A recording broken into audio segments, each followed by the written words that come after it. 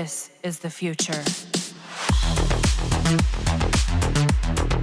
There are lots of new builds that you can use now for different Warframes, and I'm glad that Equinox got some love from the Veilbreaker update. By the way, I am not talking about a Null Star Equinox build here, I'm just showing you how easy it is to have Null Star as a leveling build in Sanctuary Onslaught. You can use a Null Star Equinox also in low-level missions to nuke enemies easily, building your maim, and nuking them with your Neutron Star setup.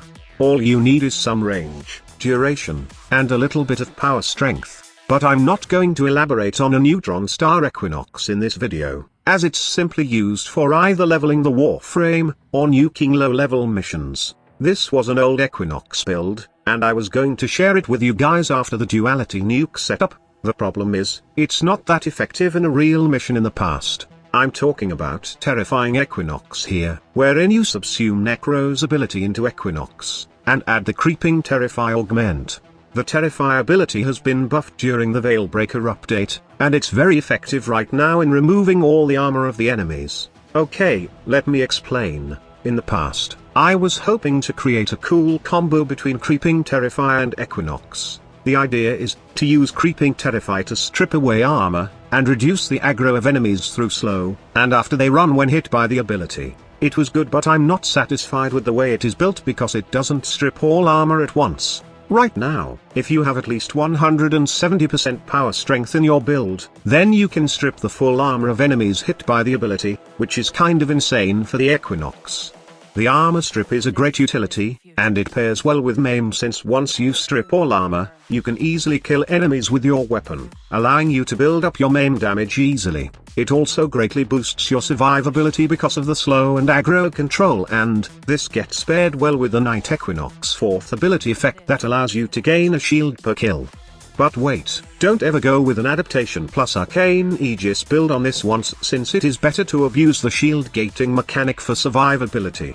For the build, all you need is a decent range with overextended, but you will need to counter the negative power strength on this by adding Umbral mods and the Transient Fortitude mod. To gain more power strength, add the Molt Augmented Arcane in your Equinox so you can fully strip the armor of all enemies once you have gathered enough a power strength stack. This will also give you extra power strength to affect more targets with the Creeping Terrify. Next, energy transfer is a must if you wish to carry all damage stack from night form to day form. This will allow you to maintain the damage stack, and when the time comes, you can just switch to day form and nuke all enemies around you. Now, you can further boost the effectiveness of this Equinox build with Archon Shards. I have put extra casting speed on this, to take advantage of the shield gating mechanic.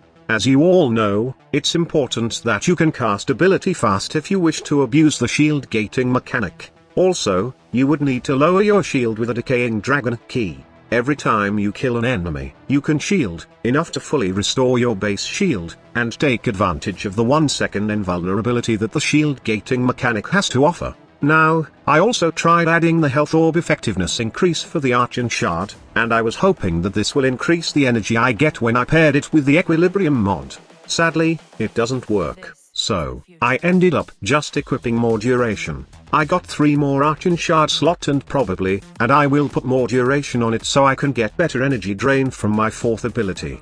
In terms of the weapon I'm using, it's the same Kuva Brahma. Despite the AoE nuke, Kuva Brahma remains very effective if you just put an armor mutation mod on it. Since enemies are stripped away of their armor, they are susceptible to Kuva Brahma, allowing you to one-shot kill Steel Path enemies with this explosive bow. As I have said before, there are many builds that I need to update after the Veilbreaker update, and I hope you will enjoy all the updated builds that I will release later. Before you go, I would just like to warn you of a guy that is constantly lurking in the comment section, replying to your comments, and asking you to contact him via Telegram to receive your prize. That is not me, and if I'm doing a giveaway, I usually directly contact the giveaway winner through email and not in the comment section. Please be vigilant guys, and do not reply to these bogus accounts. I'm constantly checking my comment section, looking for those bogus accounts and deleting all their comments, and hiding their accounts so they can't comment on our channel. But again, I would advise you to stay vigilant. Thank you so much for watching. Squad Leader signing off.